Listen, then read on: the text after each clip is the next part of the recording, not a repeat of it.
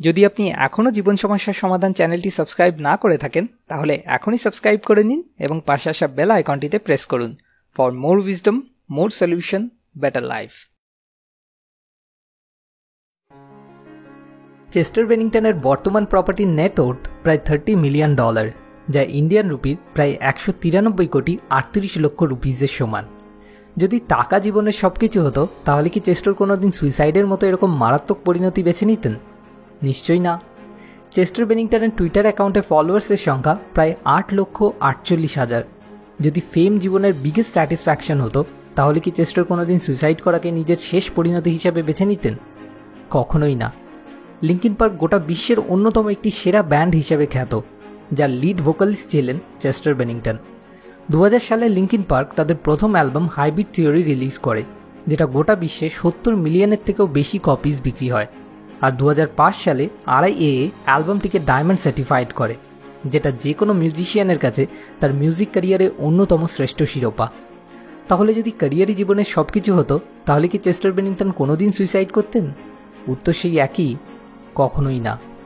5টি জিনিস যা সাধারণত আমাদের জীবনে বিভিন্ন সময় টপ প্রায়োরিটিতে থাকে: number 1 career, number 2 relationship, number 3 money, number 4 fame and number 5 health. জীবনের বিভিন্ন পর্যায়ে এই 5টা জিনিসের মধ্যেই কোনো না কোনো একটা ঘুরে ফিরে আমাদের জীবনের টপ প্রায়োরিটিতে চলে আসে, অর্থাৎ আমাদের জীবনের প্রধান লক্ষ্য হয়ে দাঁড়ায়, বা এটা বলা বেটার, আমাদের জীবনের প্রধান সমস্যা হয়ে দাঁড়ায়।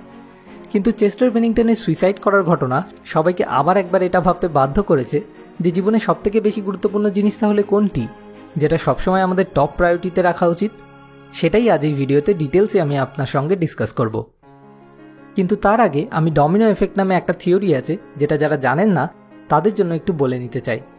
আমরা যদি ছোট থেকে বড় এইভাবে একের পর এক ডমিনো সাজাই, যেখানে নেক্সট ডমিনোটি তার ঠিক আগের ডমিনোর থেকে মোটামুটি 1.5 গুণ বড়, তাহলে সেক্ষেত্রে ফার্স্ট ডমিনোটা যদি মাত্র 5 মিলিমিটার লম্বা আর 1.5 মিলিমিটার চওড়া হয়, যেটা কিনা একটা টিকট্যাকের থেকেও ছোট, তাহলে এই সিরিজে 29th নাম্বার ডমিনো যেটা হবে সেটা হবে এম্পায়ার স্টেট বিল্ডিংয়ের সমান।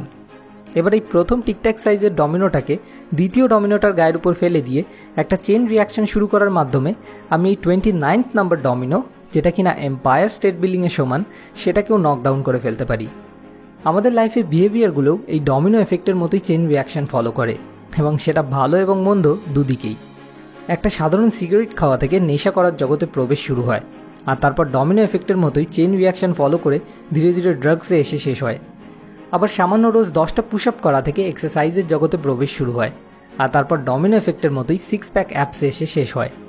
তাই সব থেকে ইম্পর্টেন্ট হলো সঠিকভাবে প্রথম ডমিনোটাকে চুজ করা, কারণ একবার ভুল দিকে চেন রিয়াকশন শুরু হয়ে গেলে সেটাকে থামিয়ে পিছন দিকে ফিরে আসাটা ঠিক ততটাই কষ্টসাধ্য হয়ে পড়ে যতটা সোজা ছিল সামনের দিকে এগোনোটা। তাই আমাদের এমন একটা সিঙ্গেল সেন্টার পয়েন্ট খুঁজতে হবে, যেটাকে সবসময় ফার্স্ট ডমিনো বানিয়ে চললেই আমাদের জীবনে আর কোনো সমস্যার, বা এটা বলা ভালো খুবই কম সমস্যার সম্মুখীন হতে হবে। মানে one solution to all problems. এবার প্রশ্নটা হলো, সেই লক্ষ্যটা কি হওয়া উচিত? ক্যারিয়ার, রিলেশনশিপ, মানি, ফেম নাকি হেলথ? একটা মানুষ সাধারণত তখনই সুইসাইড করে যখন সে পুরোপুরি এটা বিশ্বাস করে ফেলে যে সে এরকম কোনো মারাত্মক যন্ত্রণাময় সমস্যার মধ্যে ফেসে গেছে যেটার আর কোনো রকম সমাধান নেই, আর এই সমস্যাটা তাকে প্রতি মুহূর্তে মৃত্যুর থেকেও বেশি যন্ত্রণা দিচ্ছে। যদিও এই বিশ্বব্রহ্মাণ্ডে এরকম কোনো সমস্যা থাকতে পারে না যার কোনো সমাধান নেই, কারণ সমস্যা যতই বড় হোক না কেন, এই ইউনিভার্স এতটাই বড় যে সেটা যে কোনো সমস্যাকে অ্যাবজর্ব করে নেওয়ার ক্ষমতা রাখে। শুধুমাত্র ভুল কিছু ধারণা অত্যন্ত গভীরভাবে বিশ্বাস করে ফেলার কারণে মানুষ সুইসাইডের মতো এরকম চরম পরিণতি বেছে নেয়। চেস্টারের সুইসাইড করার পিছনে যে মূল দুটি কারণ রয়েছে বলে সবাই মনে করছেন, সেই দুটি হলো: নাম্বার 1 চাইল্ডহুড অ্যাবিউজমেন্ট। 7 বছর বয়স থেকে 13 বছর বয়স অবধি তাকে অন্য একজন সিনিয়র মেলের দ্বারা সেক্সুয়ালি অ্যাবিউজ হতে হয়েছিল। এছাড়াও অত্যন্ত স্কিনি এবং ডিফারেন্ট দেখতে হওয়ার কারণে তাকে রোজ স্কুলে বিভিন্ন রকম অ্যাবিউজমেন্টের শিকার হতে হতো। নাম্বার 2 তার অত্যন্ত কাছের বন্ধু ক্রিস কার্নেলের 2 মাস আগে সুইসাইড করার ঘটনাটা মেনে নিতে না পারা, কারণ চেস্টার যেদিন সুইসাইড করেন অর্থাৎ 20 জুলাই ক্রিস কার্নেলের 53rd বার্থডে ছিল। এছাড়াও চেস্টার বেনিংটন ড্রাগ অ্যাডিকশানে ভুগছিলেন। তার মা বাবার ডিভোর্স হওয়ার পর উনি প্রথম ড্রাগ নিতে শুরু করেন। পরে 17 বছর বয়সে যখন উনি আবার ওনার মার সাথে থাকতে শুরু করেন, তখন উনি একবার এই ড্রাগ অ্যাডিকশান থেকে বেরিয়ে আসতে সক্ষম হয়েছিলেন। কিন্তু তারপরও 2011 সালে আবার উনি নিজেকে সেই ড্রাগ অ্যাডিকশানের দিকে নিয়ে চলে যান। ওনার ওয়াইফের কথা অনুযায়ী তার প্রিয় বন্ধু সুইসাইড করার ঘটনার পর থেকেই উনি আরও মারাত্মক ডিপ্রেশনের মধ্যে চলে গেছিলেন।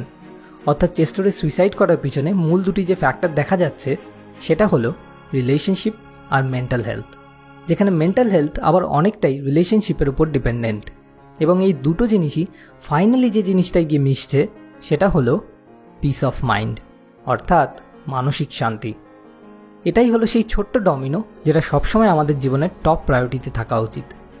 আপনি ক্যারিয়ারের দিক থেকে অত্যন্ত সফল, বিশ্বের অন্যতম কোনো একটা টপ কোম্পানিতে আপনি জব করেন, স্যালারিও বেশ অনেক ভালো, কিন্তু সেই কোম্পানির ওয়ার্ক এনভায়রনমেন্ট অত্যন্ত খারাপ, মানে পলিটিক্স আর কারাপশনে ভরা, যেটা ডাইরেক্টলি এফেক্ট করে আপনার পিস অফ মাইন্ডকে।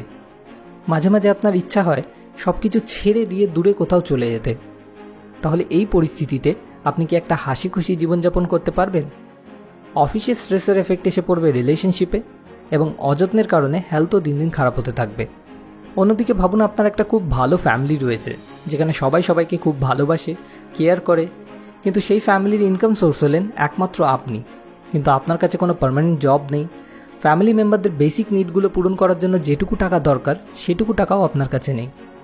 তাহলে এই অবস্থায় কি আপনি একটা হাসি খুশি জীবনযাপন করতে পারবেন? পারবেন না।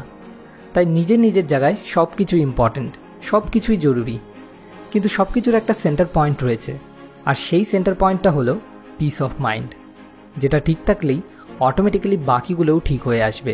আর এই সেন্টার পয়েন্টটা বিগড়ে গেলে অটোমেটিক্যালি বাকিগুলোও বিগড়ে যাবে। তাই আমাদের সবার জীবনের প্রথম এবং প্রধান লক্ষ্য হওয়া উচিত নিজের পিস অফ মাইন্ড সঠিক রাখা। তার জন্য যা যা অ্যাকশান নেওয়া উচিত সেই অনুযায়ী লাইফে অ্যাকশান নিতে থাকা। যেমন একটা খুব প্রচলিত কথা আছে, there is no greater wealth in this world than the peace of mind.